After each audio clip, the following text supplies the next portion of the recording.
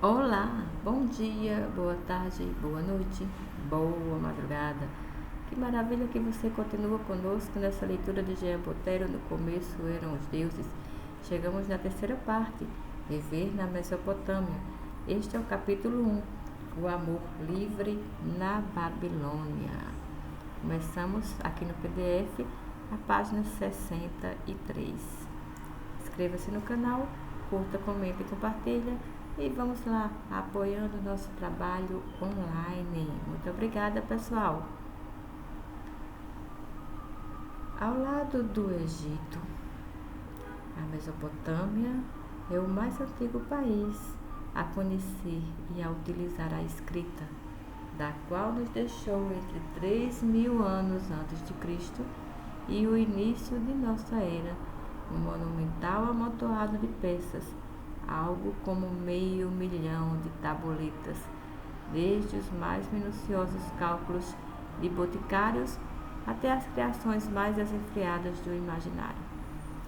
Seria bastante surpreendente se nessa gigantesca confusão, esquadrinhada há mais de um século pelos assiriólogos, não encontrássemos, entre outros tesouros, material que nos permitisse ter uma ideia de vida sexual e amorosa dos antiquíssimos habitantes do país onde nasceu, na virada do quarto para o terceiro milênio antes da nossa era.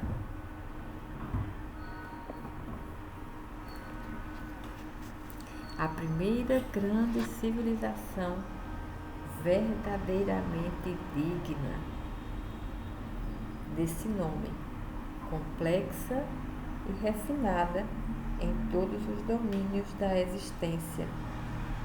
E se os mesopotâmios ignoravam muito de nossos tabus e em torno do sexo e de seu uso, eles, ao contrário de nossos contemporâneos, não gostavam de se valer exageradamente pelo menos por escritos, de suas ocupações, capacidades e proezas nessa área. Estas lhe pareciam demasiado naturais para que valesse a pena dissertar a respeito. De resto, até mesmo na porção mais personalizada de sua literatura e correspondência, parecem ter conservado um estranho pudor em relação aos sentimentos mais íntimos. Não encontramos a menor declaração de amor, nem sequer de efusão ou ternura. Tais movimentos de coração só se dão a ver raramente e são mais sugeridos do que expressos. E o que vemos na missiva em que a rainha de Mari, por volta de 1780 anos antes de Cristo, deseja a seu esposo em campanha que retorne o mais breve possível ao país natal, tranquilo e satisfeito, e convida-o a usar as lãs que preparou e que lhe envia pelo mesmo mensageiro.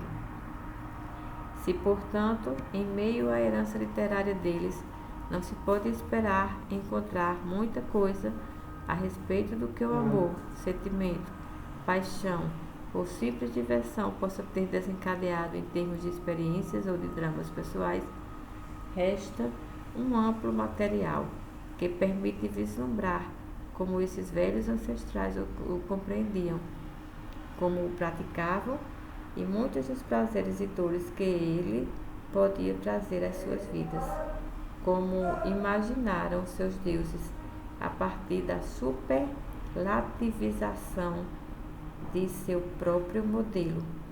Inúmeras peças que têm por tema esses altos personagens nos revelam tanto, ou até mais, quanto se simples mortais as tivessem em cena. Encontraremos mais adiante exemplos sugestivos. Na Mesopotâmia, como entre nós, impulsos e capacidades amorosas foram tradicionalmente canalizadas pela coerção coletiva, visando assegurar o que se considerava a própria célula do corpo social, a família, e prover assim a sua continuidade, a vocação primordial de cada homem e mulher, seu destino, como se dizia, associando as coisas a uma vontade radical dos deuses. Era, portanto, o casamento. E reputavam-se como marginais, destinados a uma existência languescente e infeliz. O rapaz que permaneceu solitário, não tendo tomado uma mulher nem criado filhos, e a jovem que não fora nem deflorada nem engravidada, de quem nenhum marido tinha desafivelado e tirado o vestido, até que suas mamas se inchassem de leite e ela se tornasse mãe. O casamento, normalmente monogâmico, se fazia muito cedo, arranjado pelos pais dos futuros esposos desde a infância, às vezes antes mesmo do nascimento, com o risco de só reuni-los quando a esposa estivesse núbil. Era então que esta deixava a família para ser introduzida na casa paterna de seu esposo, onde permaneceria até a morte, a menos que fosse estéril e incapaz de realizar sua função essencial. Nesse caso, o marido poderia repudiá-la. Essa instituição não bastou para esgotar, se assim se pode dizer, todas as possibilidades amorosas. O que pode ser percebido, em primeiro lugar, pela faculdade concedida a cada homem de, ao sabor de suas fantasias e principalmente de suas capacidades econômicas, levar para casa segundas esposas ou concubinas. Mas isso se vê sobretudo pela quantidade de acidentes de percurso, aventuras ou dramas conjugais assinalados aqui e ali nos manuais de casuística jurisdicional, que foram equivocadamente chamados de códigos de lei, nas peças de processos judiciários dos quais estavam carregados, não transpunham praticamente nada além do já vivido.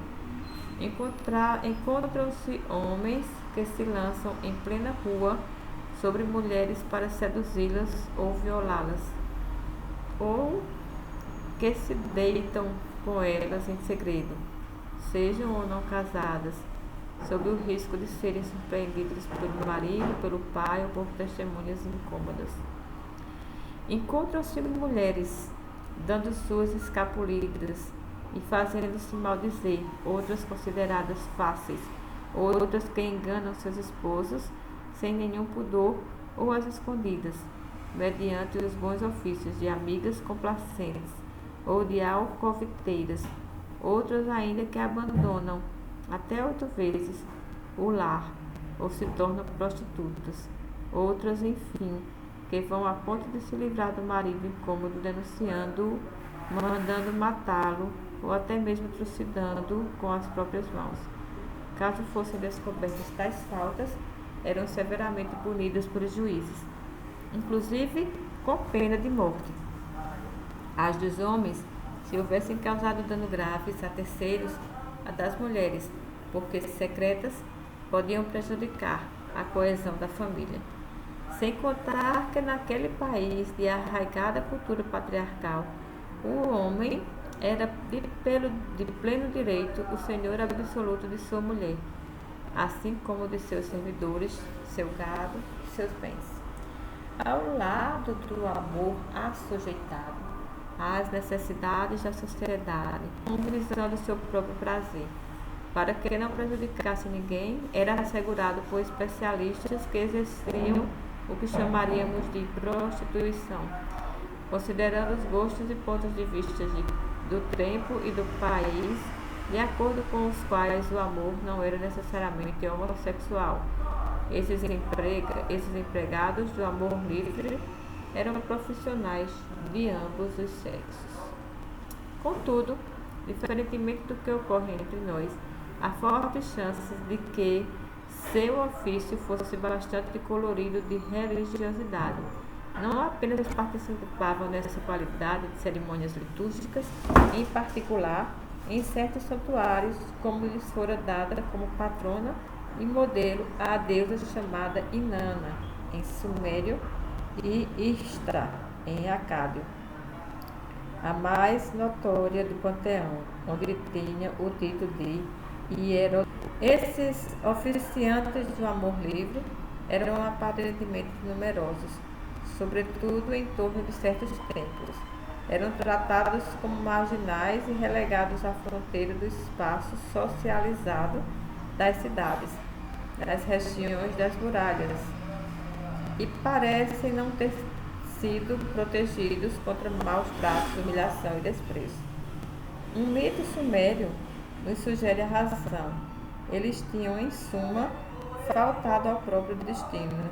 As mulheres o de ter apenas uma esposa para dar-lhes filhos, e os homens o de desempenhar o amor um papel masculino. Desempenhar no amor um papel masculino. Semelhante ao julgamento depreciativo dos que viviam a serviço do amor livre, não impedia que este gozasse uma prerrogativa essencial do que chamaríamos de cultura refinada. Outro mito sumério nos explica isso sem rodeios, e a prova está na história de Enkidu, o futuro amigo, o companheiro de Gilgamesh, no início de A Epopeia de Gilgamesh, em Acádio. Nascido e criado na estepe, com animais selvagens como única companhia, espécie de fera poderosa e de belo animal, Enkidu descobre o amor verdadeiro, não mais bestial, mas como uma mulher de verdade, experimentada e lasciva, graças a uma prostituta que lhe é enviada para amansá-la. Ela deixou cair sua charpe e descobriu a vulva para que ele pudesse gozar dela. Ousadamente, ele a beijou na boca, tirou-lhe o fôlego e tirou-lhe as vestes. Deitou-se então sobre ela, que com suas carícias a mimava. Após 6 dias e 6 noites, ele se encontra completamente subjugado por essa feiticeira e disposto a segui-la a qualquer lugar. Ela o faz então deixar a estepe natal e seus companheiros animais, que aliás desde então fogem dele e levam-o para a cidade, onde graças a ela torna-se um homem, no sentido pleno da palavra, cultivado e civilizado. Foi o amor livre que, da natureza, introduziu-a na cultura. Não se pode deixar mais claro o quanto essa possibilidade de exercer livre e plenamente e, se necessário, com a ajuda dos peritos, as capacidades amorosas nativas, era considerada um dos privilégios da alta civilização. É evidente que até onde sabemos, nenhuma interdição explícita, nenhuma inibição, consciente ou não, vinha frear o exercício dessa prerrogativa. Fazer amor era uma atividade natural, tão culturalmente enobrecida quanto o ato de comer era magnificado pela cozinha. Em nome do que alguém se sentiria destituído, diminuído, ocupado diante dos deuses ao praticar o amor como quer que fosse. Se ao fazê-lo, isso é evidente em uma sociedade tão civilizada, não prejudicasse terceiros, nem infringisse nenhum dos interditos habituais que esquadrinhavam a vida cotidiana. Por setembro, outubro, para citar apenas um, era desaconselhável ou proibido, não se sabe por que razão, fazer amor. E mais, determinadas mulheres pareciam ter sido, por alguma razão, reservadas aos deuses, algumas totalmente, outras em parte, e constituíam uma falta grave dormir com aquelas ou fazer um filho nestas. Exceto por essas restrições, não apenas a prática do amor, não apresentavam o menor problema de consciência, como também os deuses, em pessoa, estavam sempre dispostos, por menos que isso lhes fosse solicitado pelos ritos, a contribuir para seu êxito. Resta-nos, assim, um certo número de orações e de exercícios devotos para favorecer o amor de um homem em relação a uma mulher, de uma mulher em relação a um homem, ou ainda de um homem em relação a um homem, embora a simetria esperada de uma mulher em relação a uma mulher não figurasse na lista. Sabemos por outras fontes que o amor sáfico não era evidentemente desconhecido, literalmente ri, um desses inúmeros sinônimos imagéticos presentes em toda a linguagem erótica para designar a união dos sexos. Outros, para o caso em que um homem ainda não tivesse logrado dormir com uma mulher. Outros ainda, para que uma mulher se deixasse seduzir, e etc. Outros procedimentos análogos, espécies de encantamentos, porém mais ou menos subordinados à ajuda implorada aos deuses, e que por isso devem ser consideradas mais foram encontradas, relativas a todos os setores da vida individual ou social, são talvez ainda mais eloquentes. Um catálogo em parte perdido enumerava pelo menos 70 desses procedimentos, mas não foram encontrados mais do que 30, muitos em mau estado. Todos são colocados na boca da parceira, a mulher, e não a esposa, com o objetivo de que o amante, resistindo até o fim, lhe assegurasse o prazer físico que ela tinha o direito de esperar, dada a aproximação dele. Essa capacidade do homem de levar sem falta sua amante até o orgasmo era chamada na língua erótica de Nishlib, literalmente nascer do coração, metáfora transparente. Tais preces são notáveis, dirigidas aos deuses e deusas, sublinham a um ponto prazer sexual e sentimento religioso eram compatíveis.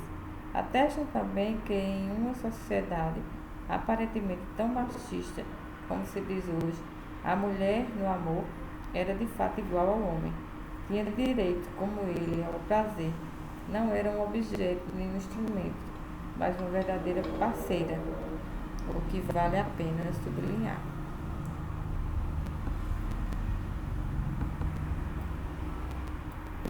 O conteúdo dessas devoções é particularmente saboroso. Faz com que entremos, se podemos dizer assim, na intimidade do casal em ação. Encontramos uma amante inflamada, agitada e meio louca, que fala sem parar e urra de desejo e prazer. São excelentes documentos da vida amorosa. Eis um exemplo feito apenas de gritos, mas muito eloquentes. Prece. Excite-se, erigeça. Excite-se como um servo, erigeça como um touro selvagem. Faça amor como 6 vezes como um corvo, 7 vezes como um servo, 12 vezes como um perdigão, animais reputados por seu vigor sexual. Faça amor comigo porque sou jovem. Faça amor comigo porque sou ardente.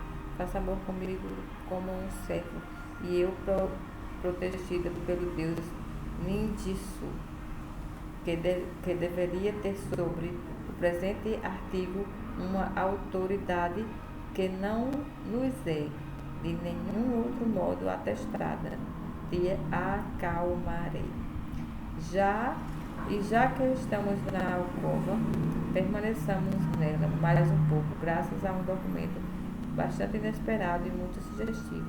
Trata-se do capítulo dedicado às relações conjugais e sexuais de um enorme tratado divinatório. Não encontramos nele aspectos rotineiros, banais e constantes. Nada se diz, por exemplo, sobre posições universalmente adotadas e mais comuns, mas apenas fantasias inabituais, por exemplo, que se escolhesse um local excêntrico em vez de limitar-se a um local de costume, um quarto de dormir.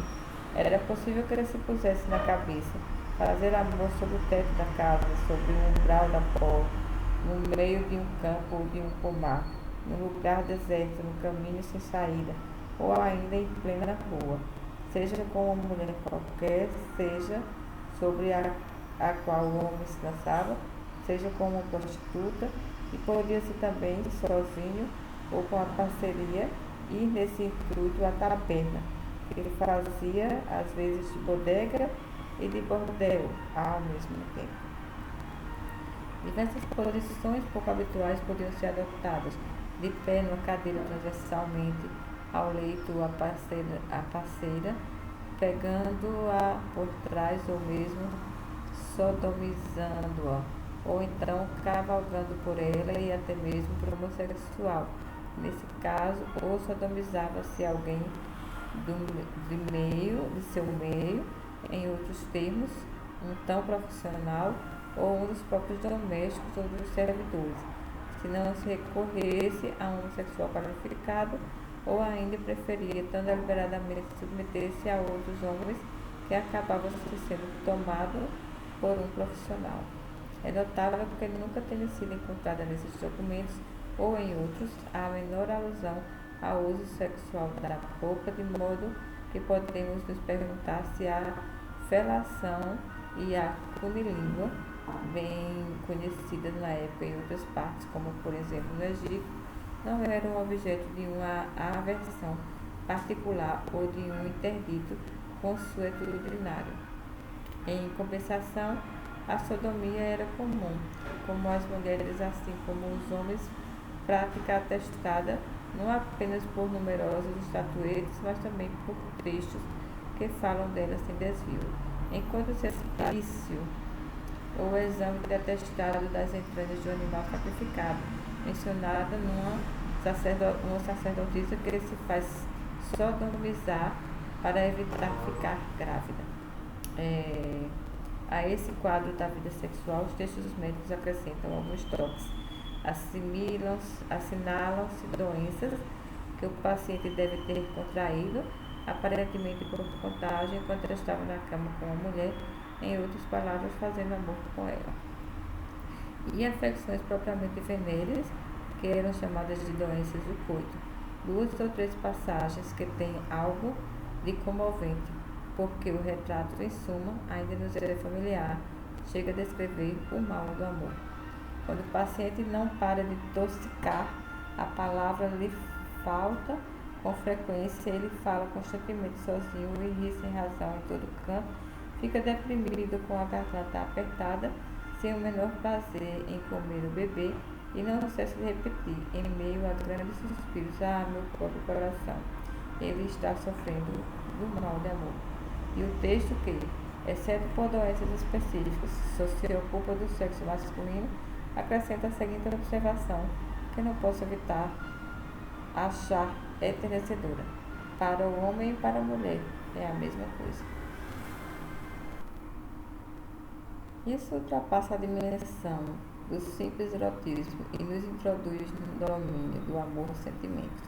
É na literatura, propriamente dita, sobretudo na poesia, que temos mais chances de encontrar alguns ecos desses suspiros, desses arrebatamentos, dessa chama, dessa doçura, dessa ternura, por vezes dessas tempestades e desse furor, que traduzem a ligação visceral com o outro, o irreprimível, necessidade que se sente dele, o verdadeiro amor do coração, que com certeza pode despertar o erotismo e apoderar-se dele, mas que não precisa verdadeiramente dele para alimentar-se de toda maneira. O animal, rimas e cantos de amor profanos são raros nas belas cartas mesopotâmicas que recuperamos. A única peça ainda inteira em nossa posse, de certa forma 50 linhas, das quais nos restam 2/3, é contudo muito notável. Composta aproximadamente em 1750 a.C., em um acádio arcaico e ultra conciso, com vocabulário particular e obscuro, cheia de traços que 38 séculos depois nos escapam. Ela é dividida em curtas estrofes, que constituem os elementos de um diálogo entre dois amantes. Ao menos fica claro que tudo se passa apenas no plano dos sentimentos e do coração. Não há a menor alusão ao sexo, o menor erotismo no discurso. O texto é simples.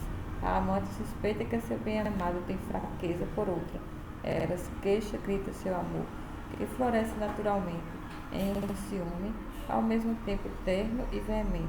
Mas ela se diz, convencida, a reconquistar o inconstante com sua lealdade. Eis ao acaso das estrofes como se expressa.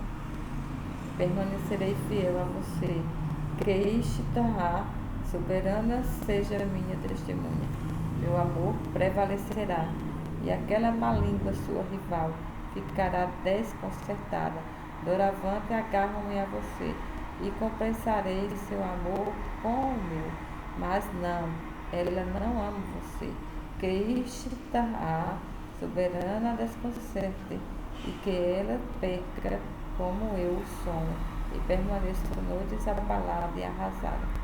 Sim, vou abraçar meu querido, assim triunfarei sobre minha rival, assim reencontrarei meu bem-amado, pois é seu encanto que eu procuro, e de seu amor que tenho sede. Diante dessas declarações comoventes e ardentes, o papel do apaixonado não é dos melhores, como todos os homens desses casos, e estamos vendo desde os tempos mais remotos, ele se contenta com negações, mau humor e respostas enviesadas, que de modo algum desaminam desacreditando o discurso. Não é preciso falar para dizer nada, mas não estou mentindo. Na verdade, é o mesmo que agarrar vento, esperar a seriedade de uma mulher. Não acredito no que ele repete, que você não seria mais a única para meus olhos. Mas se você quer a verdade, seu amor agora para mim não passa de perturbação e desgosto. E, no entanto, vencido ao final pela fidelidade, diz que sim, você é a única que conta. Seu rosto é sempre tão bonito. Ele é como antes, quando eu me abraçava com você e você repousava a cabeça em mim. Agora só chamarei você de encantadora e sábia. Será meu único título para mim. Que Ishtar seja minha testemunha. Doravante sua rival será nossa inimiga. É só por esta noite. Trata-se esse que tenha sido dedicado a exaltar o amor puro e desinteressado de uma mulher, ao mesmo tempo que ofusca o sentimento que lhe dedica o homem amado por ela.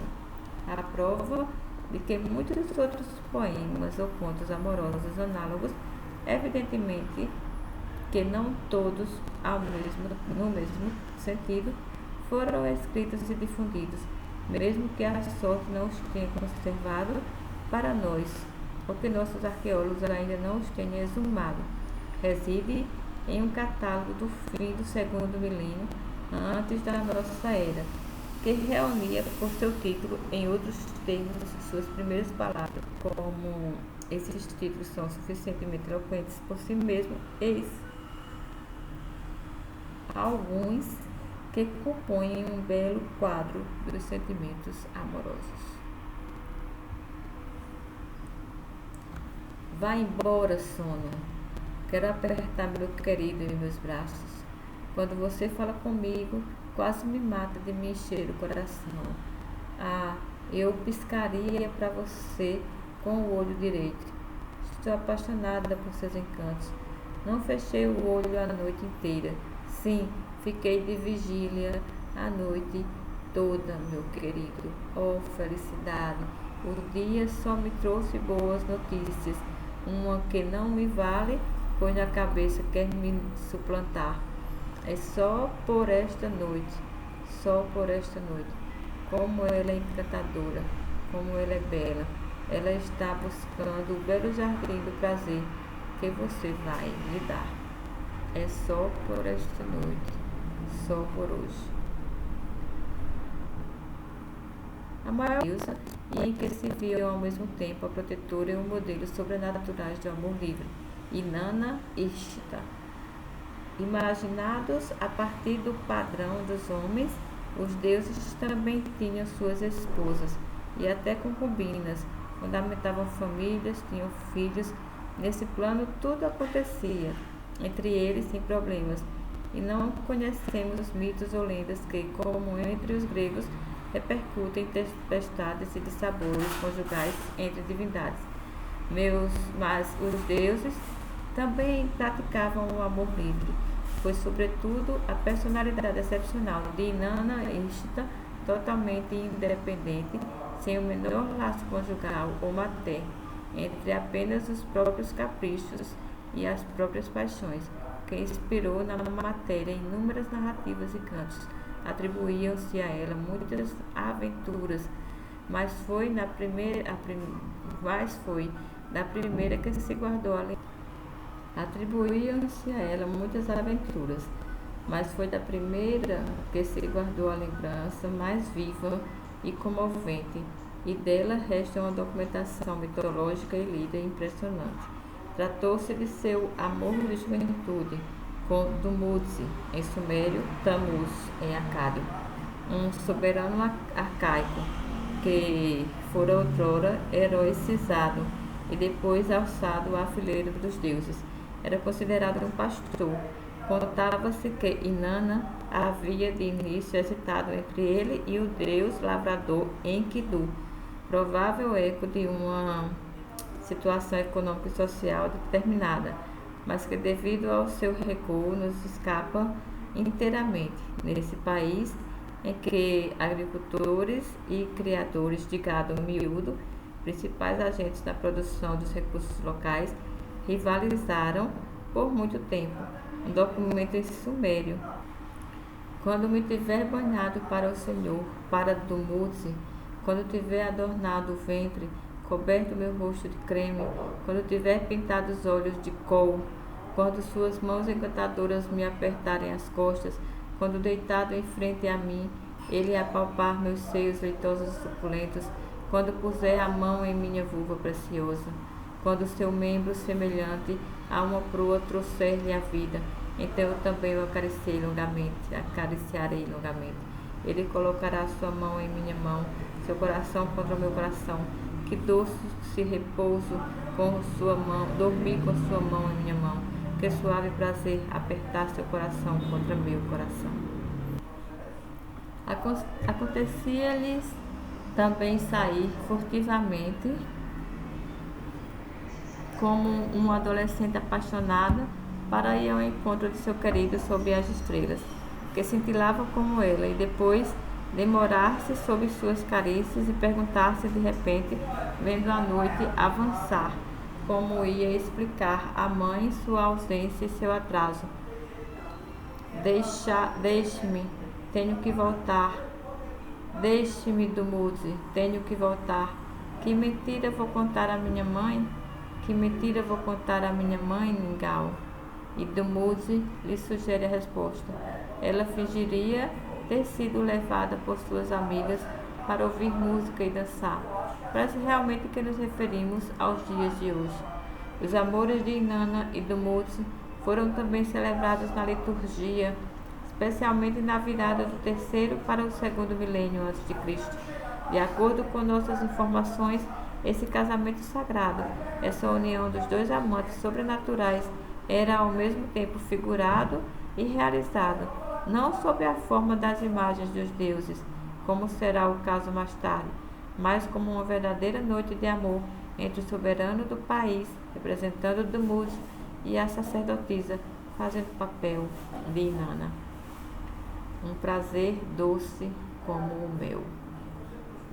Encontramos um dossiê completo a esse respeito, e os arqueólogos que trabalhavam em Uruk em 1935 chegaram a exumar o colar de uma certa Kubatum, querida do rei Xuxin, por volta de 2030 a.C., que sabemos ter, ao menos uma vez, desempenhado esse papel. Para tais ocasiões, compunham-se cantos ou recitativos de circunstâncias, às vezes ainda comoventes, a despeito dos inevitáveis clichês desses poemas de cor. Ao menos um exemplar foi inteiramente conservado. Ele evoca o Cântico dos Cânticos de nossa Bíblia e datado também da época do rei Xuxin. Foi posto nos lábios da encantadora Kubatum. Oh, meu amante querido do meu coração, o prazer que você me dá é doce como o meu. Oh, meu leão querido do meu coração, o prazer que você me dá é doce como o meu. Você me sequestrou, tremo todo em sua presença. Como eu queria, meu leão, ser levada por você ao seu quarto. Deixe-me acariciá-lo, meu querido, meu doce querido. Quero mergulhar em suas delícias. Você teve prazer comigo, meu querido. Diga isso então à minha mãe, para que ele lhe ofereça guloseimas. E diga a meu pai, ele lhe dará presentes. Sua alma, eu sei como agradar sua alma. Durma em nossa casa, meu querido, até o nascer do dia.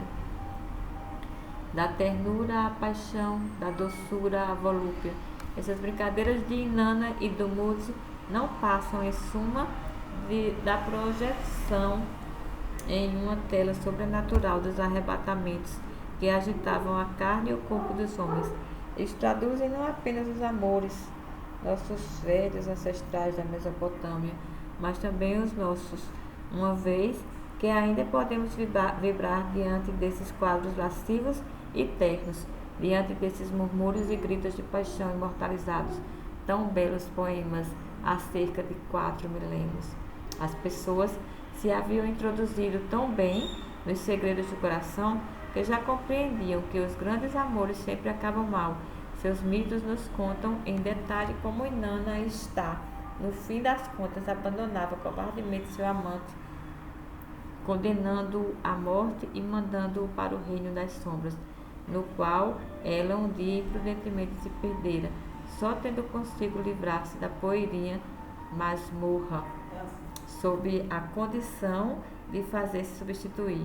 Toda essa série de alegrias que encontramos quase inteiras deplorava as angústias e torturas do infeliz do muso Tammuz, perseguido pelos esbirros infernais que reclamavam sua presa, e como que, para dar um último toque a esse quadro amoroso, ela sublinhava um heróico sacrifício da irmã do pobre amante rejeitado, Geschitinana, que se oferecia para partilhar com ela sua estadia no império dos mortos. Assim, já se opunha o verdadeiro amor, desinteressado, nobre, a ruidosa, mais frágil e ilusória embriaguez da paixão. E assim concluímos o capítulo 1. Vamos lá!